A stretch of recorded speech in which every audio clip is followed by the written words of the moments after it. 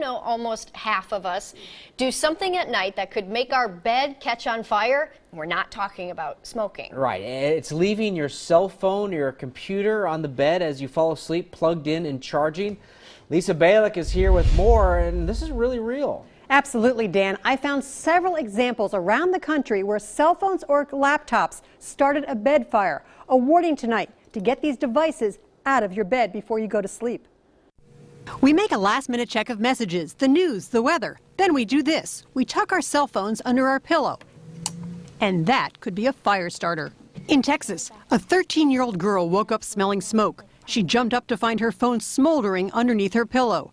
The phone completely melted. Bedding and mattress burned. One time we were seeing fires and incidents where the batteries were failing. They would actually explode when they were being charged. Firefighters warn smothering any electronics underneath the covers creates a fire hazard, especially if those devices are charging. We're at 78 now.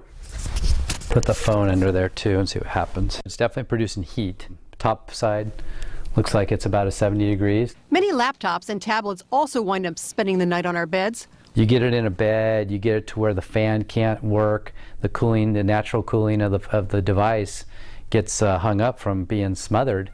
And a fire can start. So we measured a laptop's heat shortly after we plugged it in. Then we're getting up to about 78. Then slipped it underneath the covers. It didn't take long for us to see the heat rising. So now it's showing about 82. Meanwhile, we checked back on the phone. It's definitely producing heat. After about 15 minutes, it was already measuring in the mid-80s. Now, back to the laptop. We're about 90s. Even hotter, though, was the bedding. Now, 92 degrees. Again, just after a few minutes. The biggest concern is the battery overheating and starting to melt. Then you're going to probably end up seeing possibly it failing, which will then be on a combustible material such as this. And then you'll start ending up possibly having a fire. So tonight, remember this. And kick those fire starters out of your bed.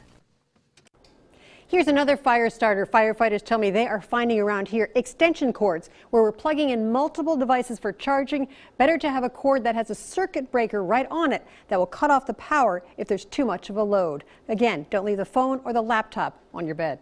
Good advice. Thank you, Lisa.